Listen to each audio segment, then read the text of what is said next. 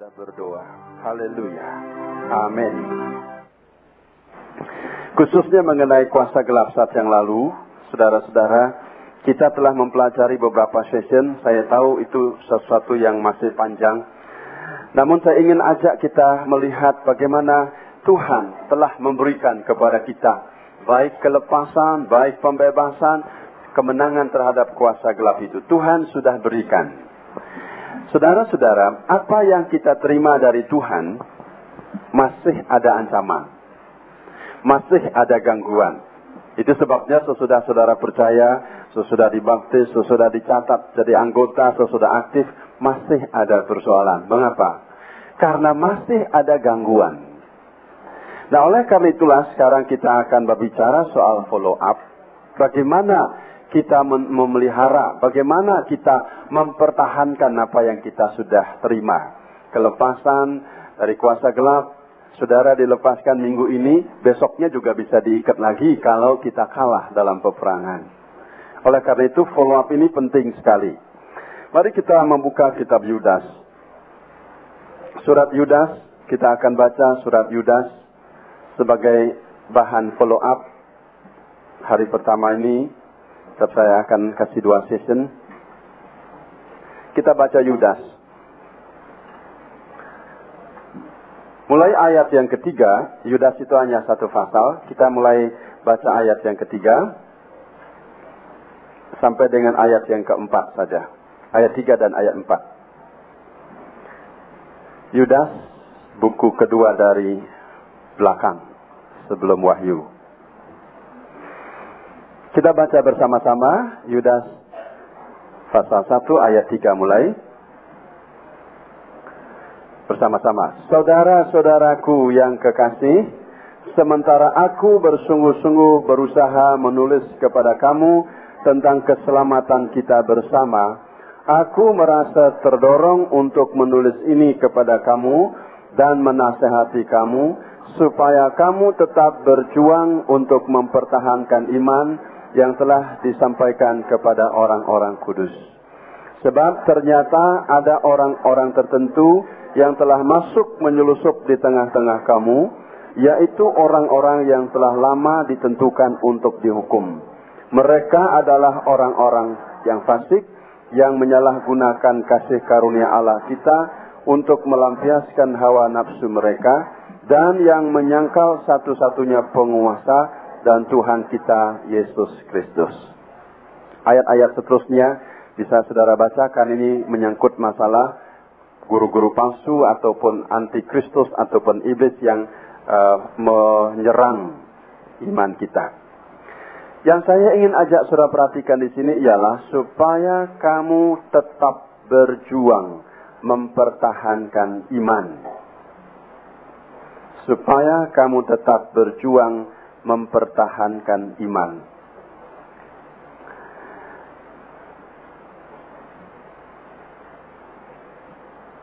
Iman adalah satu daya tahan kita untuk bertahan.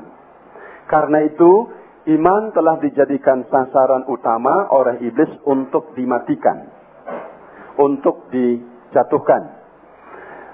Kita telah baca dalam taktik iblis pada saat yang lalu. Kalau ada yang masih ingat, itu dari Lukas pasal 22. Dalam taktik iblis, Lukas 22 ayat 31 dan 32. Yang mengatakan, Simon, Simon, lihat iblis menampi kamu seperti gandum.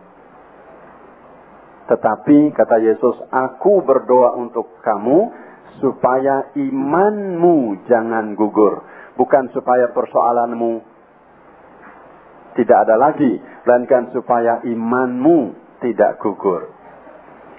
Dalam doa Yesus itu kepada terhadap Simon, heran sekali, padahal Simon ditampi seperti gandum. Simon diberikan persoalan banyak sekali. Bukan saja Simon, saudara saya juga. Diberi persoalan banyak sekali. Dari persoalan yang paling kecil sampai persoalan yang paling besar.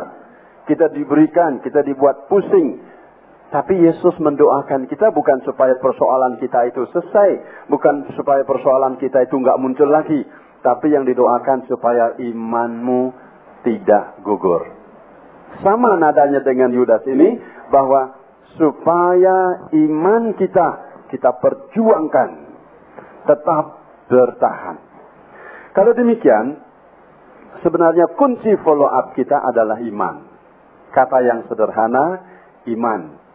Saya sebenarnya enak sekali menjelaskan soal iman kepada ibu-ibu yang sudah maju rohaninya. Tapi kalau kita bicara soal iman, ya misalnya tim kami dulu menjelaskan soal iman di daerah suku Kubu. Apa itu iman? Nah, kalau di antara orang Kristen, saya enak saja katakan, saudara, marilah kita hidup dengan iman. Ngerti nggak ngerti, pokoknya saya bilang demikian. Tapi kalau di tempat-tempat yang seperti di Kubu atau daerah-daerah pedalaman penginjilan, ya, seperti baru-baru saya ke Lampung menginjili di pedalaman, kalau bilang iman, apa itu? Kalau bilang nasi, bilang lauk pauk, mereka ngerti. Tapi iman apa itu? Oleh karena itu, saudara-saudara, saya ingin mengajak kita juga kembali. Saya harapkan nggak ada yang bosan. Turun dulu ke dasar lagi. Karena ternyata follow up disukseskan oleh karena iman. Saudara-saudara, iman itu luar biasa. Seandainya iman itu berwujud barang, pastilah banyak orang yang membeli iman. Tapi bukan berwujud barang. Iman itu, saya berikan beberapa ayat supaya saudara lihat iman itu hebatnya sampai sejauh mana. Secara cepat saya sebutkan ayat-ayatnya tanpa kita baca. Ternyata Alkitab berbicara soal iman. Kita diselamatkan karena iman. Efesus 2 ayat 8. Jelas sekali. Kita diselamatkan karena iman. Itu sudah satu poin. Iman itu berarti menentukan sekali. Punya duit banyak juga belum tentu selamat. Tapi iman menentukan orang selamat. Lalu kita dikatakan juga, itu dalam Efesus 2 ayat 8 tadi. Juga di dalam firman Tuhan yang lain dikatakan kita dibenarkan karena iman. Roma 3 ayat 28. Dibenarkan karena iman. Tadinya dosa, minta ampun, dibenarkan. Karena iman, bukan karena sogok uang, bukan karena sesuatu, bukan. Karena iman. Masih rahasia, kalau demikian iman itu apa? Kita dibenarkan karena iman, kita diselamatkan karena iman. Bahkan saudara-saudara, sebagai bahan follow up yang terpenting, iman itu dapat mematahkan semua serangan api dari si jahat. Efesus 6 ayat 16. Yang dapat mematahkan segala serangan iblis, anak panah berapi dari si jahat, ialah iman kita. Efesus 6 ayat 16 itu. Kita lihat lagi lebih jelas. Iman luar biasa. Bahkan 1 Yohanes pasal 5 ayat 4 dan 5. Inilah kemenangan yang mengalahkan dunia. Dunia setan-setan. Yaitu iman kita. Kita akhirnya mendapatkan satu dukungan yang kuat sekali dari firman Tuhan. Bahwa iman itu adalah satu kekuatan yang luar biasa. Tapi kalau kita tetap tidak mengerti yang mana disebut iman, kita tidak akan rawat dengan baik. Sebab itu saudara-saudara, juga kita tidak akan pakai. Karena kita tidak tahu yang disebut iman itu yang mana. Kalau Pak Iman ya ada. Atau Ibu Iman ya. Tapi iman apa itu? Padahal ada pada diri kita. Iman itu bukan ada pada Tuhan. Pada Tuhan itu ada kuasa. Ada segala sesuatu yang hebat ya. Tuhan itu kuasa, Tuhan itu damai, Tuhan itu kasih, Tuhan itu segala kemenangan ada pada Dia. Tapi bagaimana mentransfer yang Tuhan punya kepada kita? Itu membutuhkan satu reaksi kita. Nah, reaksi inilah disebut iman, saudara. Kalau kita hanya tahu Tuhan itu kasih, kita nggak mampu memindahkan kasih itu dari Tuhan kepada kita, kita tetap aja konyol. Kita tahu Tuhan itu kuasa, kalau kita nggak mampu memindahkan kuasa Tuhan atau mengalirkan kuasa kepada kita, tetap aja kita nggak bisa menang. Supaya apa yang disediakan Allah yang hebat-hebat itu bisa kita nikmati. Nah, untuk mencapainya itu ada satu langkah. Langkah itulah langkah iman. Masih terbungkus sekarang apa itu iman. Saya kasih satu kesaksian. Dalam minggu lalu ini saya punya satu keluarga yang harus kita dukung secara praktis dengan iman ini. Saya akan berikan penjelasan. Tidak jauh dari sini ada satu keluarga yang diganggu. Tadinya dia pikir bukan setan yang ganggu. Karena rumahnya, gak tahu, saya nggak lihat ibu itu di sini. Kalau ada sebenarnya saya minta beliau yang bersaksi langsung. Ibu itu telepon saya tengah malam jam 1 karena nggak tahan lagi. Gara-gara di rumahnya itu ada lemparan batu. Batunya gede-gede setelur bebek. Batu kali yang berat. Lalu dia pikir orang luar yang lempar. Maka dalam rumah itu ada beberapa orang, ya, dari ibu janda sampai anaknya sampai mantunya ada di situ. Mereka kemudian periksa sekeliling rumahnya nggak ada orang, pintu tertutup, jendela tertutup, semua terkunci. Kok bisa pintu itu, batu itu di dalam rumah, klepak jatuh berapa kali? Dan dipikir hanya sampai di situ, terus menerus. Dan jam 1 di telepon saya katakan, bagi saya hal itu memang seringkali terjadi. Dan itulah menurut pembahasan saya disebut ada satu kekuatan kuasa gelap dalam sifat tertentu. Karena banyak jenisnya. Lalu saya diminta datang, istri saya katakan jangan diganggu Bapak. Begitu capek baru datang dan baru istirahat, saya takut membangunkan. Besok saja. Dan istri saya nggak tahu besoknya saya ada program yang cukup padat. Pas pagi-pagi saya ditelepon, saya katakan, juga saya nggak bisa datang. Dan saya memang punya prinsip mendidik orang, bukan mau tangani sendiri. Sekarang saya minta you lakukan apa yang saya beritahu. Inilah satu pendidikan iman. Saya minta dia supaya dia periksa diri. Kalau kalian sudah merasa semua nggak ada masalah lah yang disimpan. Kalau ada masalah berdamai dulu satu dengan yang lain dalam rumah itu. Saya katakan. Yang kedua sesudah itu kalian bersatu hati. Bersatu hati dalam nama Yesus. Nah, dalam nama Yesusnya ini iman, saudara. Bukan kata-kata. Bukan sekedar omongan, bukan sekedar kata-kata. Kekuatannya ada pada iman. Sungguh enggak. Masih juga sulit, nanti saya akan jelaskan. Lalu dia lakukan. Berhenti, batu itu berhenti. Dan sesudah mereka kerja lagi, batu itu datang lagi. Banyak, saya katakan kumpulkan. Nanti seberapa banyak kuat itu iblis mengganggu. Kita akan hadapi. Kumpulkan. Dan kemudian saya tinggalkan ke Bandung, presenter.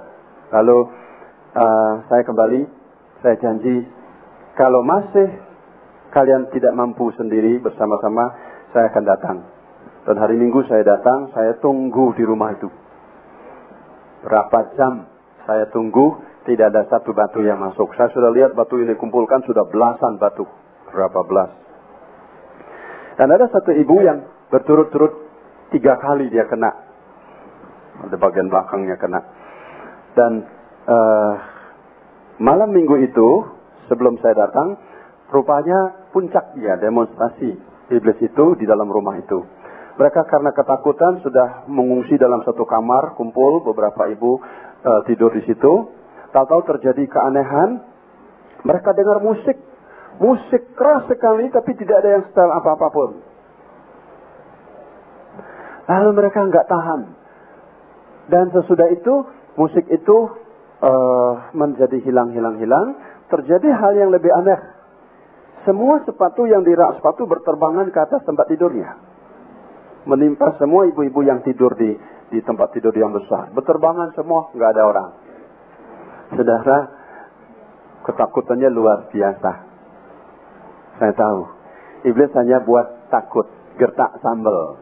Ternyata dia berhasil menakutkan ibu itu sampai gemetar. Mau berdoa juga nggak bisa karena takut.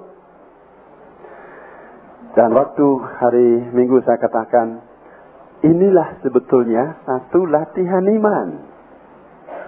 Jangan takut. 1 Yohanes mengatakan orang takut kasihnya kepada Tuhan. Bagaimana? Orang yang takut kasihnya kepada Tuhan kurang. Kalau kasihnya kepada Tuhan sungguh, tidak akan takut. Mengapa? Karena kalau saya sungguh mengasihi Tuhan, Tuhan lebih dulu mengasihi saya, sehingga dia nggak mungkin biarkan kita diganggu. Dan karena kita tahu kita tidak akan diganggu lebih dari kekuatan kita, maka kita tidak akan takut. Malah tertawa. Ketok satu senyum aja, puji Tuhan. Tapi ketakutan, gemetar. Ini baru praktek malu minggu lalu.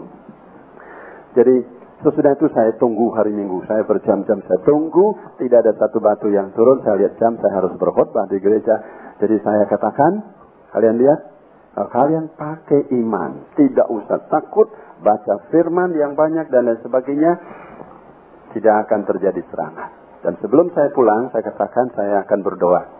Yang bisa saya selesaikan dari pihak saya, ialah saya melindungi rumah ini dan seluruh isi keluarga ini dalam nama Yesus. Maka serangan dari luar kita bisa bendung. Seperti Efesus 6 ayat 16 tadi. Serangan iblis dipatahkan. Karena juga sudah ada janji Tuhan yang perlu kita yakini. Ayub 1 ayat 10 itu. Rumah kita dipagari. Kita dipagari. Milik kita dipagari. Kalau pagar bambu, pagar besi saja nggak bisa diterobos oleh pencuri. Ini pagar dari Tuhan. Itu sudah seharusnya terjadi. Karena itu saya akan berdoa. Saya katakan, saya akan minta supaya Tuhan genapi janjinya. Saya percaya janji itu. Dan pasti rumah orang percaya dan orang percaya dipagari. Kalau you sampai kena itu saya nggak tahu. Jadi masalah itu kedua. Masalah pertama, saya akan tinggalkan rumah ini. Saya akan bungkus dengan kuasa Tuhan. Dan lalu saya katakan, saya tinggalkan satu tugas. Yang saya bisa kerjakan tadi melindungi dalam nama Tuhan. Menolak serangan dari luar.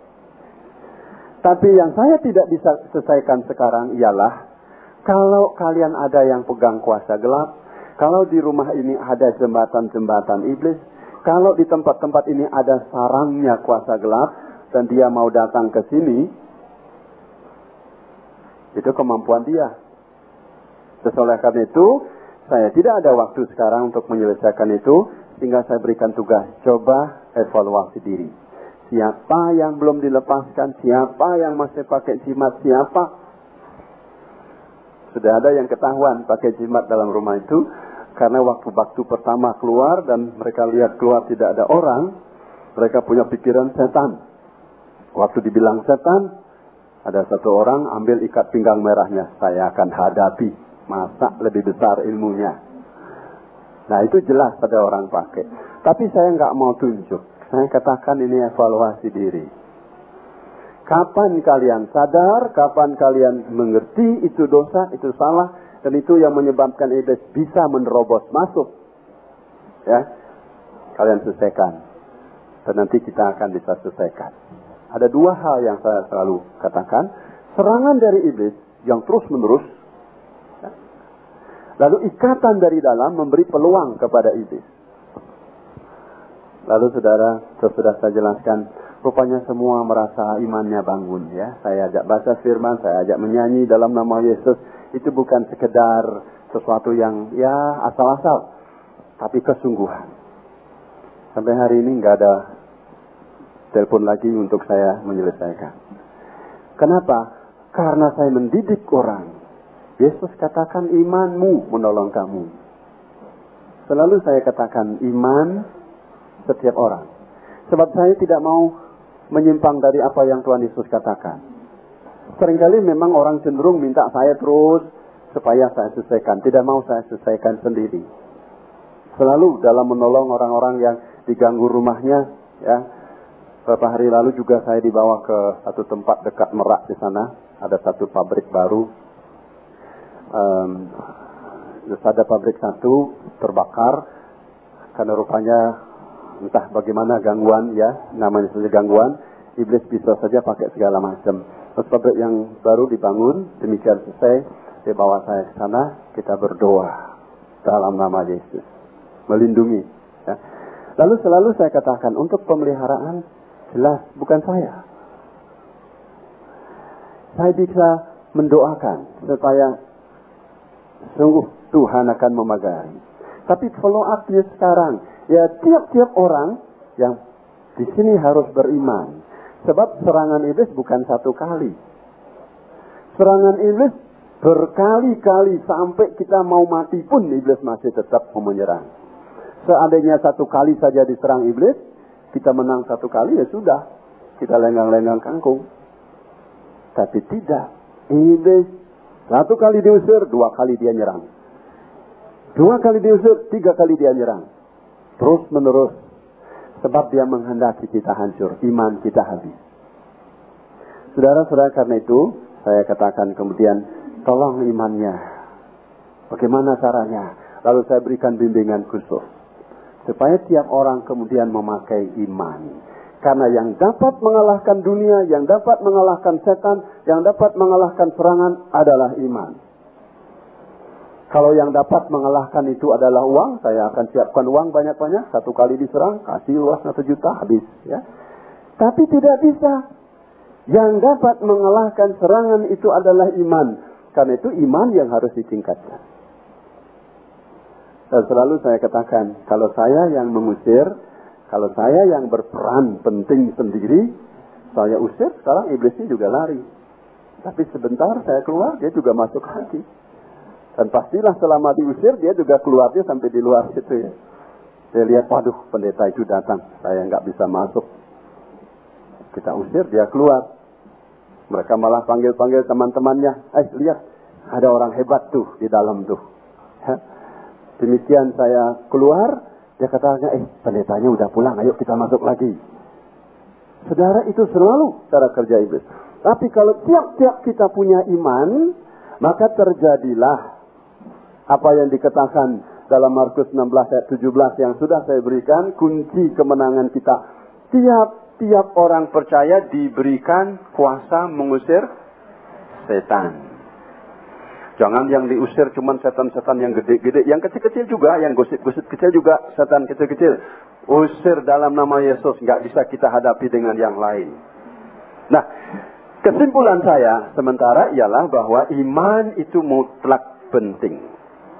Iman itu dapat menyelamatkan bahwa kita pulang ke surga. Iman itu menyebabkan doa kita diterima.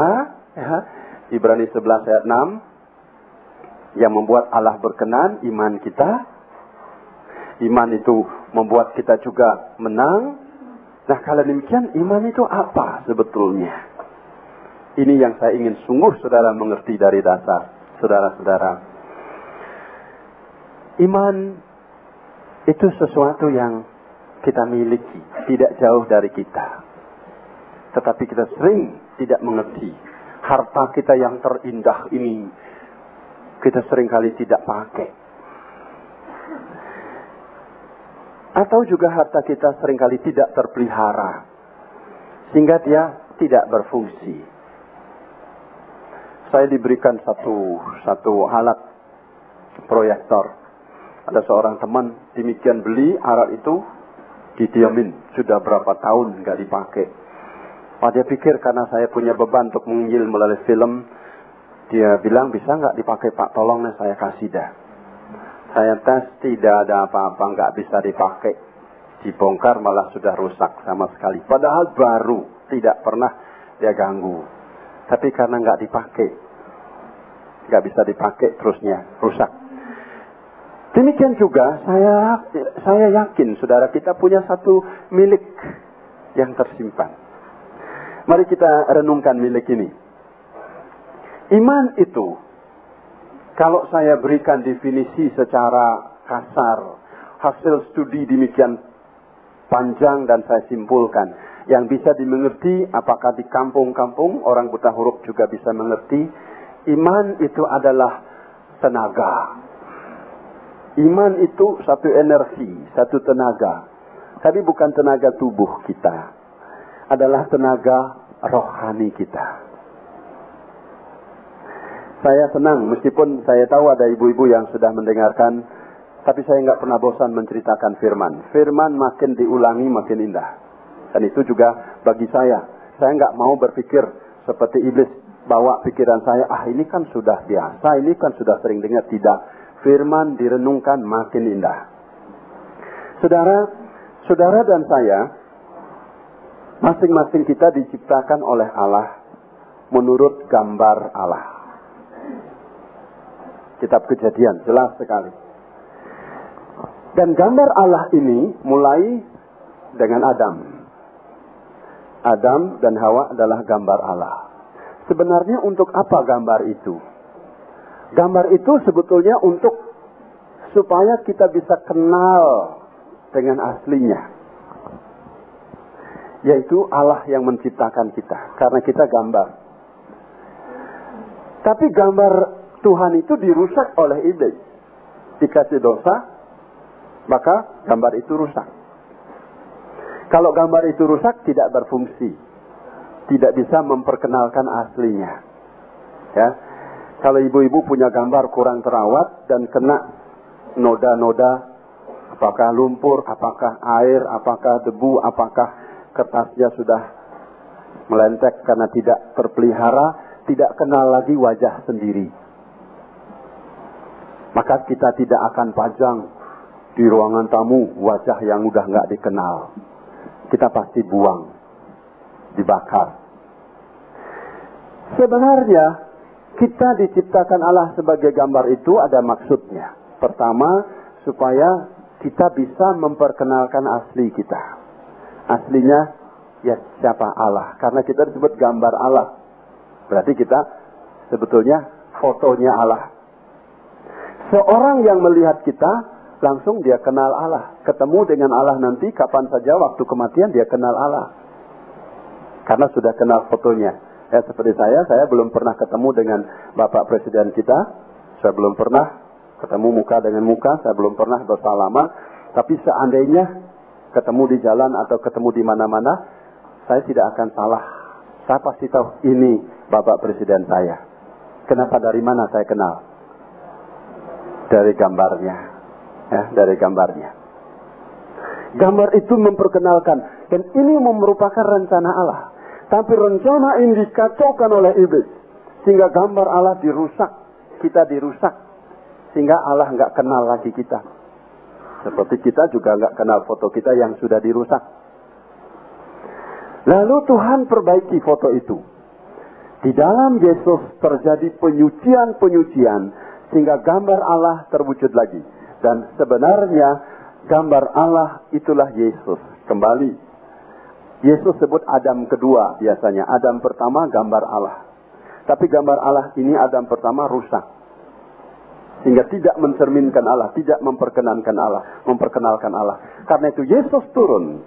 Saudara baca dalam Kolose. Yesus dikatakan gambar Allah. Sebab dialah gambar Allah yang tidak akan dirusakkan oleh siapapun. Kolose pasal 1. Kita lihat sebentar saja. Kolose pasal 1. Dari ayat 15 sampai dengan ayat 23. Topiknya keutamaan Kristus. Indah sekali Kristus di situ. Dan ini yang menyebabkan kita sungguh aman. Tetapi kita akan baca di sini beberapa yang berkenaan dengan yang kita butuhkan saja dulu. Dan kalau ibu-ibu mau membaca seluruhnya silakan, karena ini adalah mengenai Kristus. Kata lain kristologi.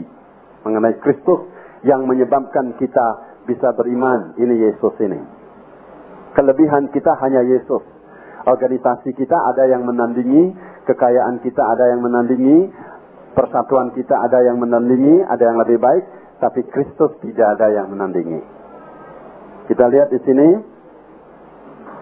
Yang mengenai gambar Allah. Ayat yang ke berapa? 15. Oh ya. Ia adalah gambar Allah yang tidak kelihatan. Jadi Allah yang tidak kelihatan sekarang kelihatan dalam Yesus. Sehingga Yesus adalah gambar Allah. Nah, kembali dalam gambar ini, di dalam gambar kita bisa mengenal aslinya. Itu satu. Kedua, di dalam gambar sudah terkandung satu kekuatan, satu kuasa. Percaya nggak bahwa dalam gambar itu ada kuasa? Kalau kita lihat gambar biasa. Gambar biasa itu luar biasa. Ya reklame, advertensi. Itu seringkali menarik kita. Kemana ditarik? Bukan ke gambar itu, melainkan kita ditarik ke aslinya. Kita misalnya lihat televisi all system misalnya, kita lihat gambarnya di pinggir jalan besar sekali. Kita tertarik, seperti ada kuasa menarik dan kita ingin beli. Dan pada waktu kita beli bukan ke gambar itu. Kita belinya, cari aslinya. Di mana aslinya? Di toko. Itu gambar. Kuasa sekali. Lalu kalau kita membeli juga ke toko, kita pakai kertas kosong yang nggak ada gambarnya. Kita katakan, saya beli ini, televisi all system ini tolong bawa ke rumah. Kita kasih kertas kosong. Kita dibilang orang gila. Tapi kalau kita beli dengan kertas yang ada gambar-gambarnya, Ibu Kartini, sebagainya gambar itu ya, maka langsung itu televisi dibantar ke rumah. Kuasa sekali, perintahkan orang. Nah, jauh lebih dari itu. Gambar itu berkuasa. Karena kita dulu bodoh. Kita dulu nggak tahu apa-apa. Atau ada yang sudah demikian lahir, sudah bisa menulis, sudah bisa bikin komputer. Ya. Semua kita buta huruf bodoh. Tetapi kemudian kita menjadi pandai, dari bodoh bisa pandai, dari tidak bisa membaca, dari tidak bisa masak, bisa menjadi masak, pintar sekali, dari nggak bisa buat apa-apa, bisa bikin macam-macam, karena pengaruh gambar. Gambar ini, tulisan-tulisan, huruf-huruf, pada dasarnya adalah gambar. Dalam sejarah terjadinya huruf cetak, huruf Latin, dan huruf-huruf yang kita pakai dalam dunia pendidikan sekarang aslinya adalah gambar. Kalau bikin kursi, cukup bikin kursi begitu. Dah kursi bacaannya. Ya matahari. Dah matahari. Kemudian dalam perkembangan terjadi huruf-huruf semacam ini. Dunia gambar inilah yang mengubah hidup manusia. Kuasa. Nah saudara-saudara, kita diciptakan sebagai gambar. Meskipun rusak, kemudian Allah menyatakan gambar yang asli, gambar yang tidak akan rusak.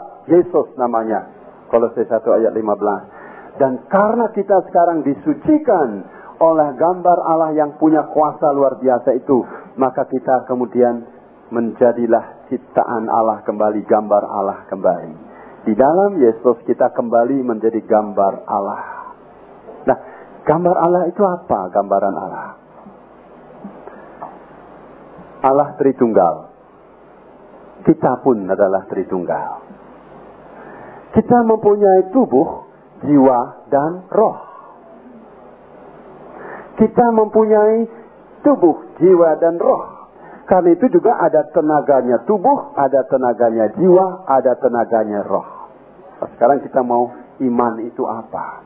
Iman itu adalah tenaganya roh kita. Kalau tenaganya tubuh, saya pakai pukul ini tenaga tubuh. Tidak perlu pakai tenaga roh. Saya cukup pakai tenaga tubuh. Saya angkat satu barang, tenaga tubuh. Saya lari, tenaga tubuh. Tapi tenaga tubuh ini terbatas. Pada batas tertentu dia tidak bisa buat apa-apa. Kalau suruh angkat sesuatu benda yang kecil masih bisa. Angkat kursi masih bisa. Kalau suruh angkat mobil di luar nggak bisa. Pasti. Ada ibu yang bisa angkat mobil?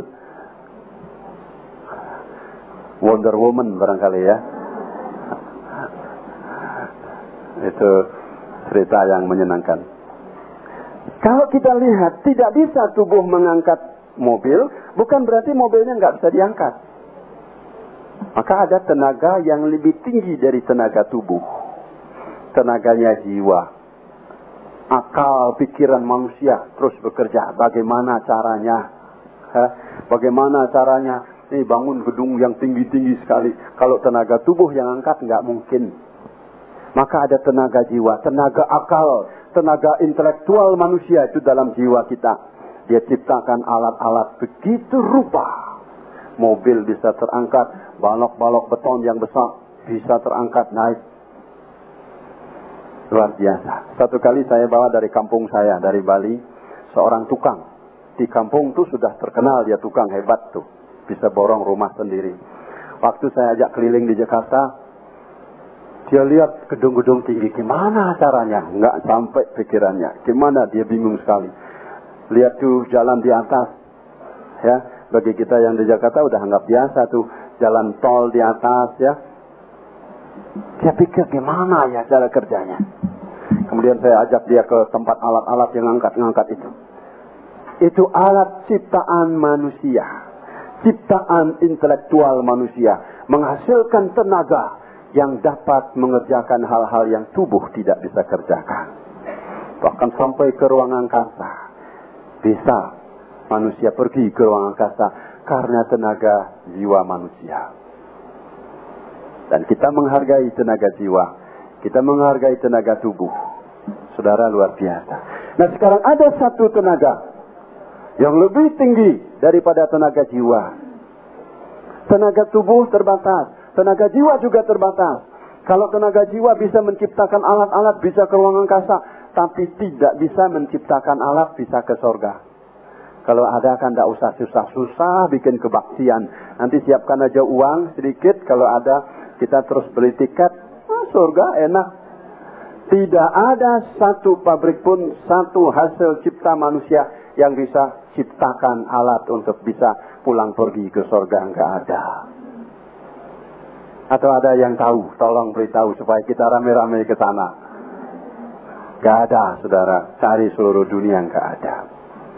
Apa yang tidak bisa dikerjakan oleh tenaga jiwa ini, sekarang dikerjakan oleh tenaga roh. Memang demikian maksud Tuhan. Sehingga roh kita sekarang mempunyai kekuatan energi yang dapat membawa kita pulang ke surga. Ini luar biasa. Karena itu dikatakan roh, tenaga rohani kita yaitu iman, menyelamatkan. Selamat artinya bisa pulang kembali ke surga. Rumah kita di surga. Ya. Amin, saudara. Ya, ada juga yang rumahnya di Tanjung Duren. Tapi itu rumah sementara ya. Rumah kita di surga. Sesudah kita terima Yesus, kita kembali kepada gambar Allah asal kita di surga. Dulu waktu kita diciptakan diambil dari tanah liat, dari dunia, dari debu, dari tanah. Tetapi tanah saja nggak bisa buat apa-apa. Dia masih mati. Karena itu sekarang unsur surga dimasukkan. Dihembuskanlah nafas hidup. Tubuhnya dari dunia, dan kemudian nafas hidupnya dari surga. Sehingga pada waktu orang mati, siapapun, kita juga akan mati. Atau juga ada yang mungkin masih hidup. Kalau Tuhan Yesus datang, kita diangkat, ya masih hidup, puji Tuhan. Kalau kita mati, tubuh kita kembali kepada tanah. Dia sudah pulang ke rumah asalnya, tanah. Paling gampang. Tetapi ada pertanyaan, apakah nafas kehidupan kita ini yang disebutkan dalam bahasa Alkitab itu adalah roh dan jiwa yang menyatu? Roh dan jiwa yang menyatu itu ruah. Bisakah dia kembali pulang ke asalnya? Kalau nggak bisa, namanya sesat. Kalau rumah saya di Greenfield, sebentar saya pulang, saya terus ke barat situ sampai Bekasi, terus cari rumah saya, tanya-tanya RT RW di sana, tanya nggak ketemu, putar-putar di sana nggak ketemu, namanya saya sesat. Banyak orang nggak bisa ketemu rumahnya, sesat. Nggak bisa ketemu karena salah jalannya. Seharusnya naik, memang dia nggak bisa naik. Karena itu dia tidak sampai. Oleh karena itu dalam Pengkhotbah 12 ayat 7, ayat yang selalu pasti pendeta yang menguburkan orang mati atau siapapun yang menguburkan orang mati dalam upacara Kristen, Pengkhotbah 12 ayat 7, ayat itu pasti diucapkan. Apa yang berasal dari tanah kembali kepada tanah, tapi roh yang berasal dari Allah kembali kepada Allah. Nah, sekarang persoalannya, apakah roh kita itu bisa naik ke surga? Bergantung apakah dia punya energi, apakah dia punya kekuatan. Roh memang ada, tapi apakah roh kita punya tenaga? Kalau punya tenaga, maka dia bisa naik. Roh juga seperti tubuh, seperti jiwa. punya tenaga atau tidak punya tenaga bergantung daripada pemeliharaan. Nah, ini follow up, saudara. Kalau kita lahir, demikian lahir, terus nggak pernah dikasih makan, apakah akan bertumbuh? Tidak kan? Pasti akan makin habis, mati. Karena itu, apa yang kita buat untuk tubuh kita? Dulu saya waktu lahir tidak segede ini. Saya kecil waktu lahir. Gak tahu kalau ada ibu-ibu yang lahir udah gede, sekarang makin tua, makin kecil, gak tahu lah. Ya. Tapi saya jelas lahir dulu kecil. Kemudian dikasih makan, dipelihara. Ini follow up, pelihara. Kasih makan, dikasih bersih, dicegah penyakit. Maka saya bertumbuh. Saya punya tenaga. Dulu waktu kecil, angkat barang kecil aja nggak bisa. Sekarang bisa karena bertumbuh. Nah ini saudara, saya ingin supaya kita mengerti. Masalah iman tidak terlalu sulit untuk mengerti. Kalau tubuh kita lahir kecil, diberi makan, dipelihara, dicegah penyakit, dia bertumbuh, dia punya tenaga. Sehingga kalau dari rumah ke sini, kita jalan sendiri. Dulu waktu kecil, tidak punya tenaga, dari rumah ke sini, pasti nggak bisa jalan sendiri. Digendong ya. Tetapi kalau kita sudah bertumbuh punya tenaga, kita bisa jalan sendiri. Demikian juga soal jiwa. Kalau jiwa kita nggak dikasih makan, kita nggak studi, kita nggak belajar, kita nggak sekolah, jiwa kita juga lemah. Nggak bisa baca, nggak bisa menulis, nggak bisa mengerjakan sesuatu. Saya bawa satu teman waktu pertama kali mau ke Singapura, dari kampung dikasih kesempatan untuk dapat ke Singapura menghadiri satu kongres.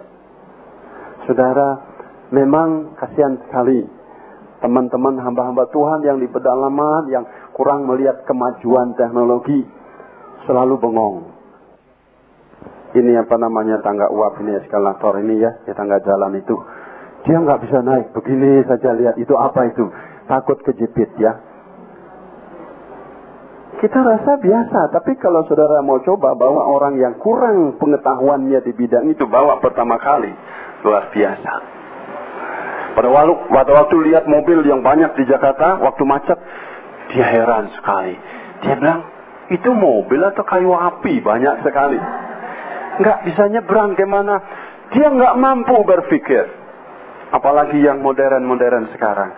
Nah kalau kita sekolah, kalau kita dapat pengetahuan, maka kita akan maju. Tidak lagi heran. Ya, ibu-ibu masak pakai microwave juga sekarang nggak heran. Tapi coba lihat orang kampung, gimana kok bisa matang? Nggak ada apinya di mana? Kalau kita menambah makanan pengetahuan, maka kita makin kuat. Energi kita makin kuat. Kita mampu mengerjakan pekerjaan dalam waktu yang lebih singkat. Karena kita punya kemampuan yang lebih tinggi. Kita nggak bisa lagi ditipu.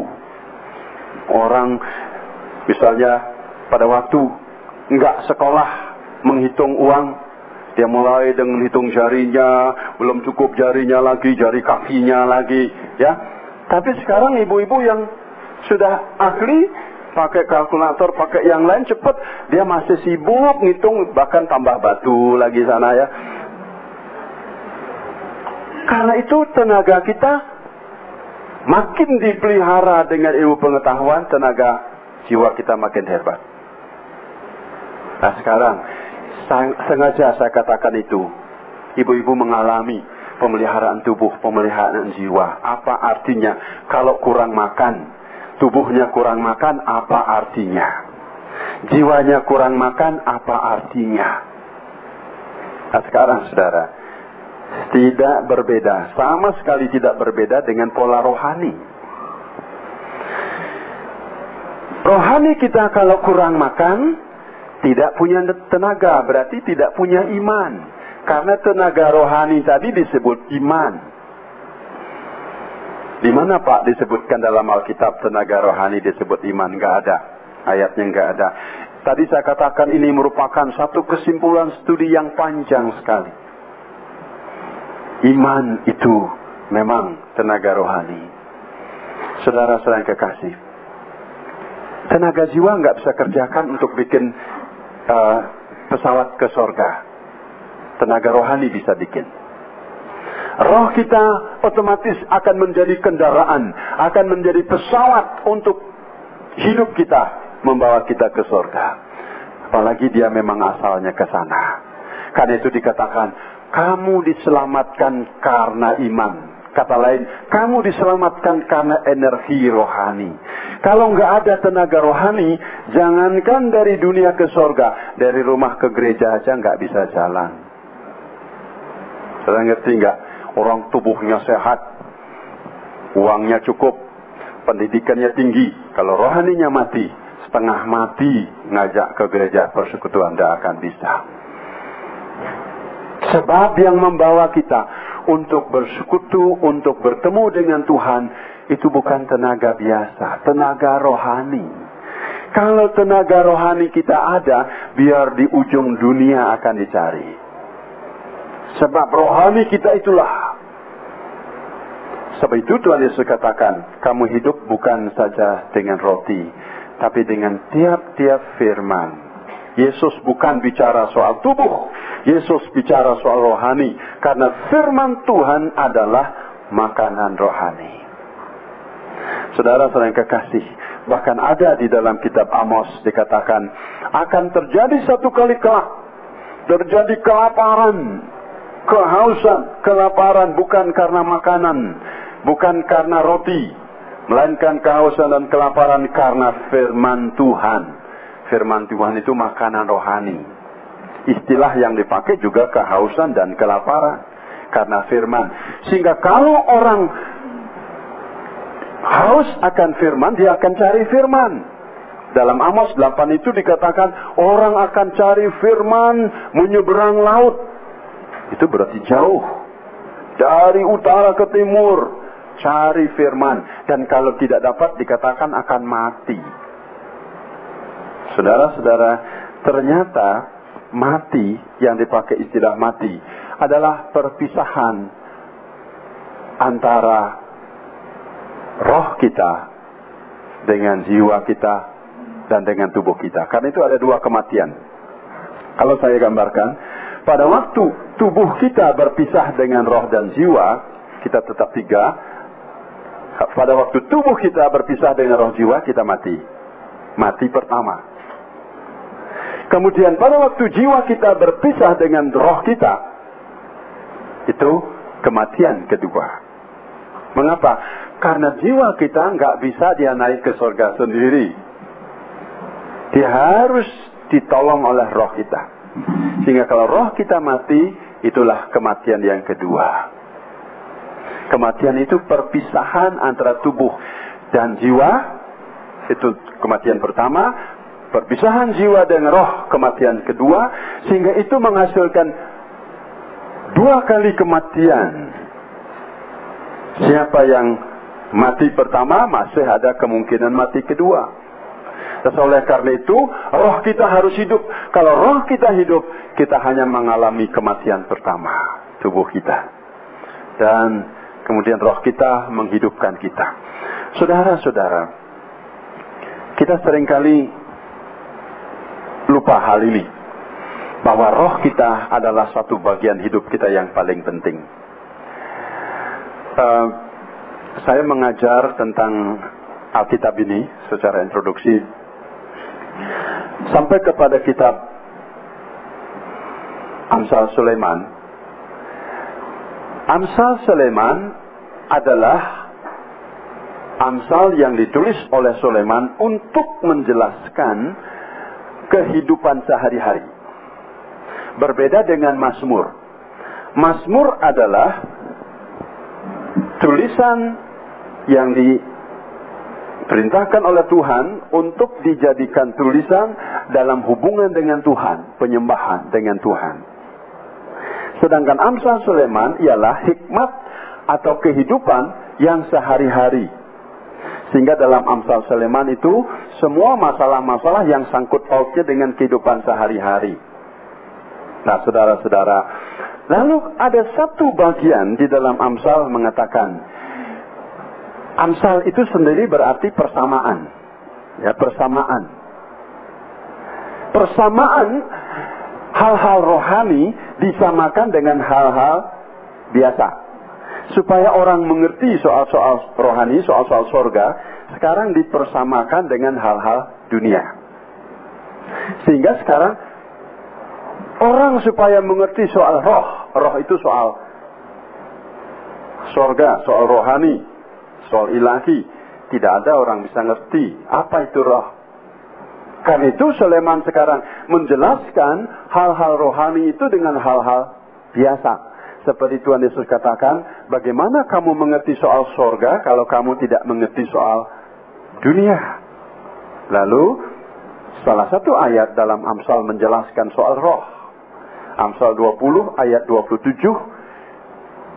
Ayat itu mengatakan roh manusia adalah pelita Tuhan. Coba dibaca Ibu. Saya senang baca ayat itu. Mungkin sudah ada berapa puluh kali saya baca ayat itu. Terus saya senang membaca untuk mengingatkan supaya tahu bahwa roh saya, rohani saya adalah pelita Tuhan. Tolong diingat, dibaca dulu, dibuka. Melalui membuka Alkitab, ibu-ibu akan ingat letaknya di pinggir sini, sebelah sini. Meskipun lupa ayatnya di mana, nanti pada waktu diterang di mana? Oh, letaknya di sebelah sini. Buka-buka dapat ya. Jadi itu merupakan satu rekaman kita. Amsal 20 ayat 27. Amsal 20 ayat 27. Saya tunggu sebentar supaya semua ibu dapat. Tolong itu jangan dilupakan. Saya ingin mengajak kita mengerti soal iman. Jadi kalau tidak kita mengerti jelas, kita akan remehkan iman itu.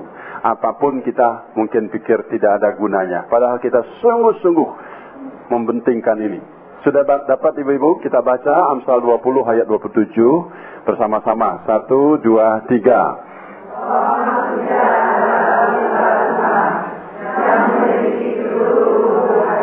Sekali lagi, roh manusia adalah pelita Tuhan yang menyelidiki seluruh lubuk hati. Sekarang ibu-ibu mengerti roh itu apa? Roh itu adalah pelita Tuhan. Persamaan yang Amsal buat, roh itu sama dengan pelita Tuhan, pelita lampu. Supaya kita mengerti soal yang sangat rohani ini, soal yang sangat sulit ini, maka kita mengerti roh itu melalui mengerti pelita Tuhan, pelita, lampu. Ya, lampu. Lampu untuk apa ibu-ibu? Menerangi. Ibu tahu ini karena terang, karena lampu, ya terang, pelita Tuhan, lampu Tuhan. Lampu di sini berfungsi untuk menolong kita supaya kita bisa mengerjakan semuanya dengan benar. Kalau nggak ada lampu, nggak tahu. Kita salah-salah bekerja. Kita nggak bisa bekerja. Kita nggak bisa melakukan tugas-tugas kita dengan benar karena tidak ada lampu. Bahkan lampu juga berfungsi untuk memimpin, memberitahu kepada kita. Di situ dipakai istilah menyelidik, tahu menyelidik seluruh lubuk hati kita. Roh kita tahu, sedangkan jiwa kita seringkali nggak tahu. Ada satu ayat dalam Perjanjian Baru tentang roh manusia. 1 Korintus pasal yang kedua, ayat 11 mengatakan, siapa yang tahu apa yang ada dalam diri manusia? Tidak ada. Yang tahu adalah roh manusia. Jiwa kita nggak tahu, perasaan kita nggak tahu, pikiran kita nggak tahu. Kita sering berpikir salah. Kita sering berkemauan salah. Kita sering berperasaan salah. Tapi roh kita tahu persis apa yang ada. Karena itu roh itu bagian yang hidup yang penting. Ini rohani. 1 Korintus 2 ayat 11. Ada seorang ibu yang sudah dapat, langsung boleh baca sendiri saja, nggak usah sama-sama. 1 Korintus 2 ayat 11 dengan suara keras. Demikian firman Tuhan, siapa gerangan di antara manusia yang tahu apa yang terdapat dalam diri manusia selain roh manusia sendiri yang ada di dalam dia? Demikian pula lah tidak ada orang yang tahu apa yang terdapat di dalam diri Allah selain Roh Allah. Ya, puji Tuhan. Jadi yang sebetulnya paling tahu urusan kita bukan perasaan kita. Kalau kita hidup di Jakarta dengan berdasarkan perasaan, tiap hari kita sesat. Ibu-ibu perhatikan enggak? Kalau lewat jalan tol, ya, misalnya jalannya kalau menurut perasaan mau mencari, misalnya mau mencari Grogol, arahnya perasaan kita ke sini. Tahu-tahu jalannya bawa ke sini. Banyak tempat, ya. Perasaan kita seringkali tidak pasti mengerti. Itu sebabnya kita seringkali salah. Saya rasanya begini, kok enggak benar. Yang tahu apa yang ada dalam diri kita ialah roh kita. Sehingga kalau roh kita tidak punya kemampuan, berarti kita nggak tahu apa sebetulnya hidup kita, apa sebetulnya tujuan hidup kita, apa sebetulnya yang kita cari, apa sebetulnya yang kita mau di dunia ini. Pagi bangun, sore tidur, pagi bangun lagi. Apa yang kita cari? Yang tahu adalah roh kita. Kita sedang mengadakan follow up, pemeliharaan rohani, pemeliharaan untuk keselamatan, pemeliharaan untuk apa yang kita sudah terima dari Tuhan. Itu yang kita lakukan. Roh kita tahu. Ibu-ibu yang kekasih dalam Tuhan, karena itu saya akan ajak kita memasuki kesimpulan apa itu iman. Iman itu adalah tenaga rohani kita. Dan sudah kita tahu sekarang tenaga rohani kita. Dan bagaimana tenaga rohani kita datang, bagaimana tenaga rohani kita miliki, sama dengan bagaimana kita memiliki tenaga tubuh dan tenaga jiwa. Bagaimana kita memiliki tenaga tubuh? Kita beri makan, kita pelihara kesehatan kita. Sama, supaya tenaga rohani kita, iman kita itu ada, kita beri makan. Nah sekarang timbul masalah makanan rohani. Kita masih ada satu session, saya akan teruskan untuk secara dasar benar-benar kita laksanakan. Sederhana sekali. Dan kita akan memiliki iman. Dan Yesus katakan kalau imanmu bertumbuh sebesar sebiji sesawi saja. Nggak usah segede pohon mangga. Sebiji sesawi saja. Kamu akan bisa perintahkan gunung-gunung persoalan. Ya. Nah kalau nggak punya iman, nggak punya tenaga rohani, ada yang rohaninya mati, yang mati ya nggak bisa berbuat apapun.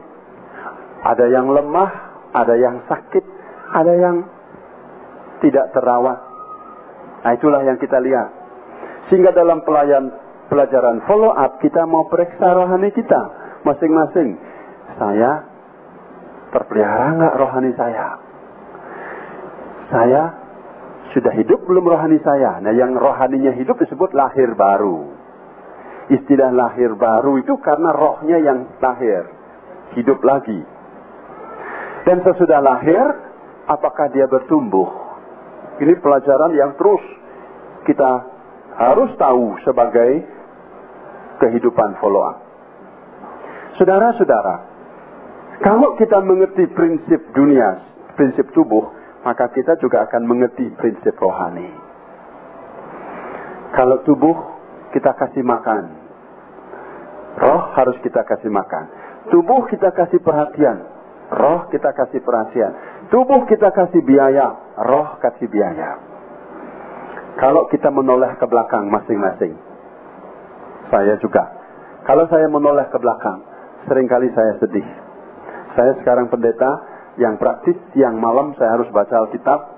Bukan saja karena harus menyiapkan pelajaran, tapi karena saya juga mengerti prinsip itu, saya baca firman Tuhan. Toh kalau saya menoleh ke belakang, saya masih merasa pemeliharaan rohani saya masih kurang. Sebab itu kadang-kadang ada masalah yang tidak bisa saya atasi. Kurang tenaga rohani saya. Apalagi, saudara-saudara, apalagi yang tidak baca firman tiap hari, yang tidak beri makan. Makanan rohani bukan saja firman, saya akan berikan dalam session kedua. Ya, makanan rohani itu apa? Supaya kita gali dalam Alkitab sehingga kita mengerti makan rohani. Jangan-jangan kita mati kelaparan padahal makanan banyak di depan kita. Karena nggak ngerti itu makanan. Ya. Jadi kita akan bagian kedua. Saudara-saudara, saya ingin menantang tiap kita. Jangan mau meladani iblis yang selalu mau mematikan iman kita dengan cara tidak membiarkan diri kita dipelihara. Kita seringkali dipimpin untuk tidak hidup secara rohani. Padahal kita tahu rohani kita harus pemimpin hidup. Sebab apa? Rohani kita itu pelita Tuhan. Dia memimpin. Ya? Kalau malam-malam kita perlu lampu mobil. Lampu mobil memimpin kita. Satu kali saya bawa mobil, lampunya mati karena hujan. Ada luar biasa, menderita sekali. Dan beberapa kali harus berhenti karena tidak lihat jalan sama sekali. Seperti nggak ada pemimpin. Saudara tahu, pada waktu Yesus dalam Matius 9 melihat orang banyak, dia menangis. Dia katakan, Matius 9 ayat 36 katakan, maka jatuhlah belas kasihan Yesus. Karena melihat orang-orang tidak mempunyai gembala, tidak bergembala, tidak punya pemimpin. Padahal yang dimaksud oleh Yesus apa? Padahal mereka yang datang punya pemimpin. Ada imam, ada nabi mereka. Ada pemimpin agamanya. Kenapa dibilang Yesus tidak ada pemimpin? Pemimpinnya, rohnya tidak ada. Yesus kasihan melihat orang yang pemimpin hidupnya tidak ada. Rohaninya tidak ada. Roh kita pemimpin. Lampu itu pemimpin. Kita diberitahu dipimpin oleh lampu. Karena itu lampu berjalan di depan. Ya, lampu mobil kita. Satu kali terpaksa saya harus berhenti tengah jalan. Karena rupanya lampu mobil saya terlalu tunduk. Nggak bisa lihat yang di depan itu. Terpaksa harus turun. Perbaiki dulu lampunya dinaikkan. Lampu berjalan di depan. Jauh di depan. Memberitahu. Di depan ada polisi tidur. Di depan ada orang nyebrang. Di depan ada apa saja dia beritahu. Kalau tidak ada dia, kita akan berjalan dengan perasaan. Perasaan nggak benar. Mungkin kali yang airnya mengkilap dikira jalan aspal, masuk salah. Lampu pemimpin, saudara. Kita punya roh, kita punya pemimpin. Sekarang kita menoleh ke belakang.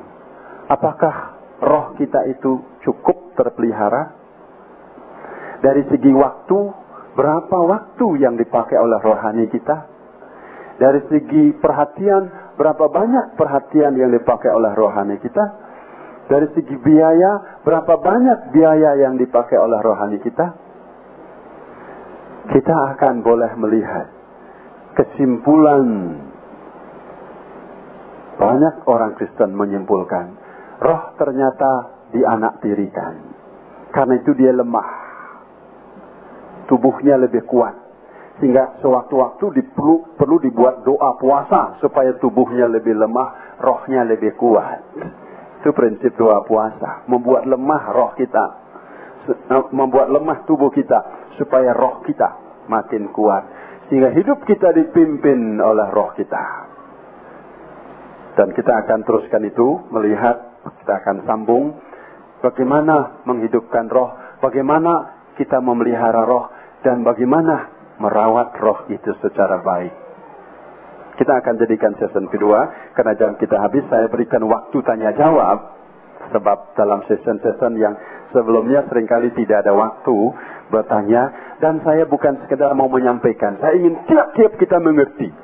Bukan untuk kesenangan saya, supaya tiap-tiap ibu dapat memiliki satu kehidupan yang menang.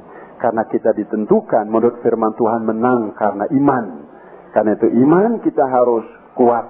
Dan untuk kuat itulah langkah yang kita akan bahas berikutnya. Ada ibu yang bertanya? Mengenai iman ini saudara-saudara. Saya ingin supaya kita mengerti semua iman. Sebab kuncinya iman ini. Ya. Pak, saya ingin mulai bertanya Pak. Baik. Ini mengenai iman. Ada sebagian orang yang mengatakan kalau kita membesuk orang sakit, Kalau imanmu ada, engkau sembuh. Tapi kalau engkau tidak beriman, engkau tidak sembuh. Pak, dalam hal ini, apakah si pembicara itu menyatakan hal itu salah atau benar? Ya. Oke, dia benar. Imanmu menyembuhkan. Tetapi bagaimana menolong orang yang nggak punya iman, itu harus diteruskan. Sehingga pada waktu kita melihat orang itu tidak punya iman, kita sekarang tidak saja menuntut dia harus beriman, melainkan kita sekarang tolong dia supaya sampai kepada iman itu. Nah, itu satu segi yang dikatakan oleh teman ini, imanmu yang menyembuhkan, dan itu juga segi Tuhan Yesus. Tapi jangan pakai hal itu untuk sembunyi di balik itu. Sehingga kita saya nggak bisa sembuhkan, nanti kalau nggak sembuh supaya jangan salah, saya berlindung di balik itu. Tidak. Sekarang saya katakan, imanmu memang harus menyembuhkan kamu. Tetapi sekarang dia tidak punya iman. Sekarang saya harus mengejar supaya dia punya iman. Bagaimana caranya? Bimbing dia. Kalau dia belum terima Yesus, berarti imannya mati, nggak ada roh. Dia akan dihidupkan rohnya kalau terima Yesus. Ajak dia terima Yesus. Kalau waktu dia terima Yesus, rohnya hidup lagi. Ya, sama dengan Adam dan Hawa yang dosa, rohnya mati kan? Pada waktu Tuhan korbankan binatang, itu simbol untuk Yesus mati di kayu salib, rohnya hidup. Pada waktu rohnya hidup, masih kecil. Karena itu dalam Alkitab dikatakan ada bayi rohani, ya, rohnya masih kecil. Sekarang sesudah kita ajak terima Yesus, dia sudah punya roh. Supaya rohnya itu bertumbuh, pimpin lagi dia. Sesudah didoakan, terima Yesus, ya, maka 2 langkah lagi, ada pembunuh-pembunuh iman, pembunuh-pembunuh rohani, yaitu dosa. Iblis. Itu kita cegah.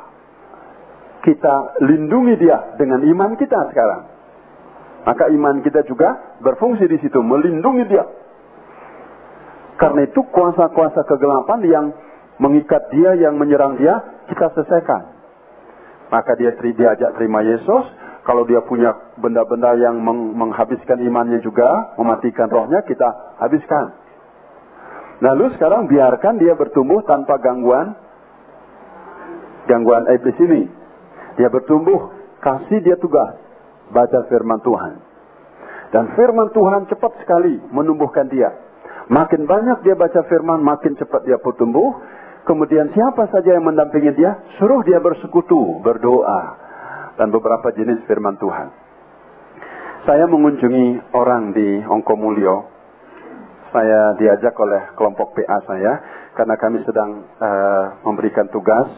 Sesudah ceramah mengenai kuasa gelap, saya katakan mintalah kepada Tuhan supaya diberi oleh Tuhan rezeki.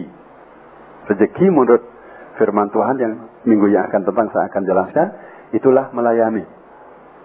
Jangan hanya terima pelajaran okkultisme. Sekarang cari, minta Tuhan berikan saya praktek supaya saya bisa lihat. Nanti siapa tahu dihadapkan sama orang gila. Jangan takut. Wah, ini rezeki saya datang nih, lebih besar, rezeki saya lebih besar kan. Nah, lalu ibu ini cari tugas di rumah sakit jiwa Ongkomulyo. Wah, di situ banyak saudara-saudara saya, baru masuk aja tuh banyak orang datang. Udah lama enggak jumpa kita ya, padahal enggak kenal. Jangan heran. Saya katakan, kamu duduk, saya mau bicara. Wah, taat semua. Nah, saya kunjungi satu ibu. Dan ibu ini frustrasi luar biasa. Sangkali diganggu. Lalu, ibu itu coba praktek. Kalau ada kesulitan, dia terus konsultasi dengan saya. Telepon kah? Dan saya senang ada beberapa ibu juga yang telepon sama saya konsultasi. Bagus, saya senang. Lalu, masalah-masalah didata dari awal seperti pelajaran, dianalisa, didiagnosa begini-begini, ada kebentur, saya datang. Saya ajak bicarakan.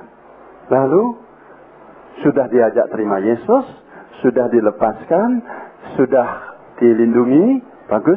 Tapi nggak diajak baca Alkitab, nggak disuruh baca Alkitab. Jadi dia disuruh klik-klik saja bengong begini, ya pikirannya masuk lagi macam-macam soal. Saya katakan, yuk kurang. Saya bawa Alkitab. Karena itu pelayanan saya selalu saya bawa Alkitab yang baru, ini tolong baca. Saudara dibaca dalam 3 hari dia membaca Alkitab, dia sudah pulang 3 hari di Ongkomulyo sudah cukup. Dia bilang, saya sudah nggak sakit lagi, saya nggak gila. Kenapa saudara rahasianya? Firman Tuhan itu membersihkan. Dan pembersihannya bukan saja di perasaan, pikiran, sampai lubuk hati. Ya? Jadi karena itu firman. Lalu, ibu itu heran sekali. Benar Pak ya, imannya bertumbuh. Sebab iman kita menolong dia 1 kali. Waktu kita kunjungi. Masa kita tunggu dia tiap hari? Nggak bisa kan? Jadi iman kita menolong dia, melindungi supaya pertumbuhannya tidak ditahan oleh roh-roh lain. Kita sudah biarkan dia, kemudian kita tinggalkan dia makanan. Bahkan saya seringkali pakai pola, kalau orangnya sakit, seperti di UKI di Cawang, saya kunjungi oma yang sudah 85 tahun.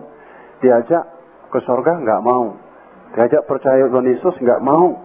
Padahal sudah sakit 85 tahun, umurnya nafasnya udah tinggal di sini. Dan saya selalu ajak dia terima Yesus, meskipun dia bagaimana sulit sekali nggak mau. Akhirnya kami pakai iman kita dulu dengan anak-anaknya yang menunggu mantunya dalam nama Yesus. Kemudian suster saya tinggalkan Alkitab. Saya katakan suster, jangan hanya suapin oma bubur atau jangan hanya bersihkan badannya saja. Dia perlu tenaga untuk ke sorga. Saya jelasin Injilin suster itu meskipun bukan orang percaya. Kemudian saya kasih suster Alkitab. Tolong baca ini. Dibaca pagi, siang, sore. Baru 1 bulan setengah, kemudian saya datang lagi sama anak sama mantunya, pejabat. Saya tanya, Oma, sudah baca Alkitab? Sudah. Mau ke sorga? Ya. Percaya Tuhan Yesus? Ya. Ajak percaya Tuhan Yesus. Sekarang kalau kami datang, sekarang masih ya, sudah sembuh tapi udah pulang. Kalau datang apa? Minta oleh-oleh kaset lagu rohani. Sudah lain. Kerinduannya sudah lain, rohnya sudah mulai hidup. Dia begitu bergembira. Luar biasa. Nah ini kekuatan rohani. Maka benar satu segi, tapi karena pada waktu itu orang tidak punya iman, jangan dituntut terus. Kita bukan menuntut, kita membimbing. Ya, jadi satu segi itu betul target kita supaya imannya sampai. Satu segi pada waktu kita melihat iman yang gak ada, kita tolong. Pada waktu imannya lemah, kita tolong. Juga di Ongkomulyo pada waktu saya doakan ibu itu, ada satu ibu yang di sebelah pintu. Pada waktu saya mau keluar, itu saudaranya perhatikan kami dari tadi melayani orang. Lalu dia katakan, Pak, tolong ini juga saudara saya. Sudah 3 kali bunuh diri. Kok kebetulan nggak mati-mati, ketahuan terus. Dan saya ajak bicara, nggak bisa, nggak punya iman. Ya, kalau saya tuntut, imanmu menyembuhkan kamu. Kalau kamu nggak beriman, nggak akan sembuh. Saya pulang, nggak selesai. Saya katakan imanmu menyembuhkan kamu, itu untuk supaya dia mengerti. Lalu dibimbing. Saya ajak terima Yesus. Saya katakan pada saudaranya, tolong bacaan Alkitab. Alkitab saya sudah habis, pinjam di sebelah boleh. Nanti saya ambil Pak dari rumah. Oke.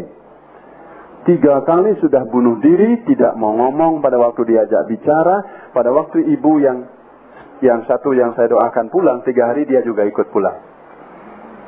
Dia katakan saya sudah sembuh. Saya tidak akan frustrasi lagi. Kenapa? Imannya mulai bertumbuh. Iman itu betul luar biasa. Jadi oleh karena itu saudara benar bahwa iman itu menyembuhkan. Dalam kasus biasa. Sekarang kita harus lihat kasus tidak biasa. Ada kasus tidak biasa di mana orang tidak punya iman sama sekali dan dia tidak mungkin dibimbing untuk bertumbuh imannya. Nah di sini kita bisa memakai iman kita dalam nama Yesus. Ya, itu dalam cara Tuhan Yesus juga ada yang dia katakan imanmu menyembuhkan kamu, ada juga yang pelayanan Tuhan Yesus dia ambil over seluruhnya. Itu iman syafaat. Ada doa syafaat Doa untuk orang lain, ada iman syafaat. Berdoa untuk rebut dia. Misalnya orang yang gila, bagaimana orang gila dituntut harus punya iman? Kita rampas dulu. Dan sesudah sadar kembali pada proses yang membutuhkan iman itu. Oke. Dan ini memang ada satu di samping pengetahuan rohani, saudara juga akan diperlengkapi dengan pengalaman rohani. Karena itu jangan diam, pakai pengalaman rohani. Dan dalam pengalaman rohani akan diperkaya oleh Tuhan. Ya, oke. Ya, makasih Pak. Silakan, ada lagi? Atau waktunya sudah habis, Ibu?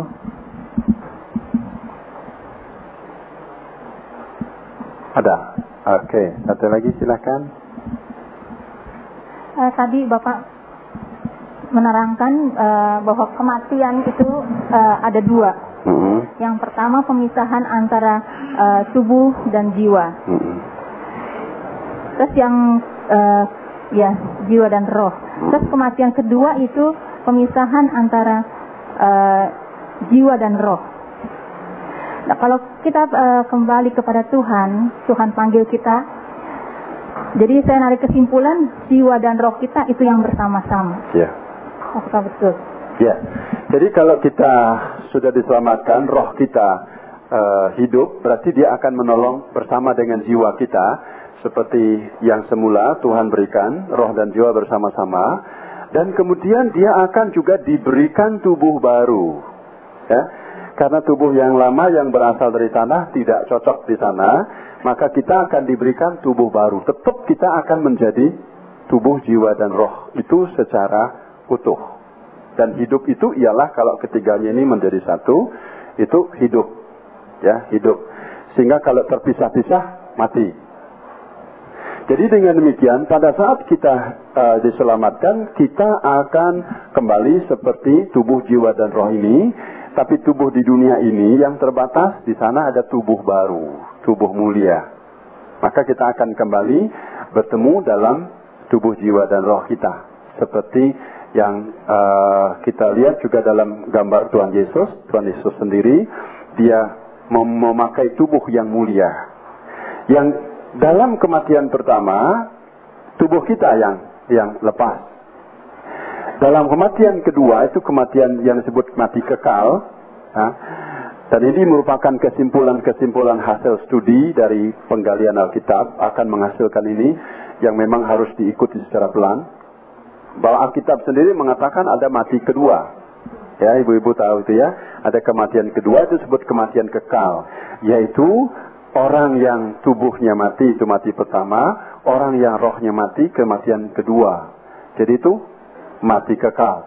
Sedangkan kalau orang yang hidup, rohnya hidup, maka dia juga akan membawa jiwanya bersama-sama dia, sehingga roh dan jiwanya bersama-sama, sehingga buktinya jiwanya bersama, dia merasa senang. Itu kan jiwa itu perasaan senang, merasa damai, merasa bahagia, dia punya pikiran, dia punya kemauan. Ya, jiwa itu perasaan, pikiran, dan kemauan. Kalau dia mati, rohnya tidak bisa bawa ke surga, maka jiwanya juga mati. Dalam arti jiwanya dibawa ke dunia mati. Seperti orang kaya itu yang mati bersama Lazarus, mati, maka orang kaya jiwanya itu masih hidup, tapi rohnya nggak ada. Jiwanya itu dikatakan dia masih punya perasaan, dia merasa panas, dia merasa haus, dia punya pikiran. Dia katakan, wah baik sekali kalau ada orang mati yang pergi ke dunia, karena saya di dunia masih punya berapa itu? 5 saudara. Ya. Lalu kemauan dia juga punya, lalu dia menghadap, tolonglah suruh Lazarus pergi. Itu kan maunya dia, tapi nggak bisa. Maka itu disebut kematian kekal, di mana dia menderita. Tidak ada kehidupan di situ. Berarti di sini kita lihat kehidupan yang dimaksud sebetulnya ialah hidup kekal ini. Hidup kekal kembali kepada asal kehidupan kita semula. Jadi kita tahu istilahnya itu ada 2 kematian, kematian jasmani dan kematian rohani, dan kematian rohani itulah yang disebut kematian kekal tadi, mati kedua. Ya. Kalau kita lahir 1 kali, matinya akan 2 kali. Kalau kita lahir 2 kali, matinya cukup 1 kali. Nilai kita 3, ya. Lahirnya 1 kali, lahir dari ibu, ya. Tapi tidak lahir baru, rohnya tidak lahir. Kita akan mati 2 kali, mati secara dunia ini dan mati rohani. Di mana pada waktu penghakiman itu semua akan dibuang ke tempat kematian kekal itu. Kalau kita lahir 2 kali, lahir dari ibu, kemudian lahir baru, ya, hidup baru, lahir baru, maka kematian kita hanya 1 kali, kematian secara tubuh saja. Mati lain nggak ada lagi. Kita hidup, masuk dalam hidup kekal. Oke.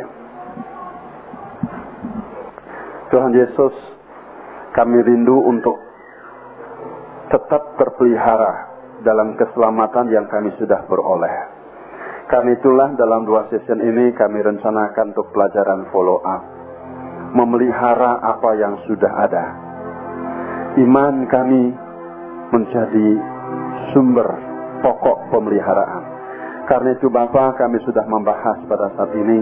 Dan saya berdoa, Tuhan tolong hidupkan firman ini kepada setiap kami yang hadir pada saat ini. Kami butuhkan. Dan kami minta supaya Tuhan tolong berikan kami sungguh pengertian untuk dapat menilai iman kami. Bahwa iman kami adalah satu milik yang jauh lebih indah dari segala yang indah di dunia. Sehingga kami akan mempunyai sikap yang benar terhadap rohani kami. Tuhan, kami masih akan lanjutkan pokok ini. Kami minta supaya Roh Kudus tetap berbicara sampai kami memahami sesuatu yang begitu jelas, sehingga kepercayaan kami bukan ngambang, percayaan kami bukan buta, berdasarkan dasar yang kuat, yaitu dasar firman Tuhan. Bapa, saya berdoa untuk setiap persoalan kami yang pada saat ini kami belum kalahkan. Dengan pelajaran iman ini, kami ingin supaya kami menang dalam persoalan kami. Sakit penyakitkah, bisniskah, persoalan rumah tanggakah, persoalan anakkah, persoalan suamikah, persoalan apapun juga, kami harus menang karena kami memiliki iman. Terima kasih Tuhan, terima kasih.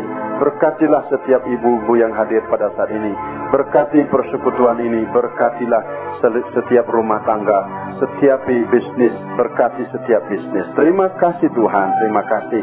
Demikian doa kami untuk minta berkat-Mu menyertai kami. Dalam nama Yesus kami sudah terima firman-Mu dan kami percaya akan bertumbuh dan berbuah. Terima kasih Tuhan Yesus. Haleluya. Amin.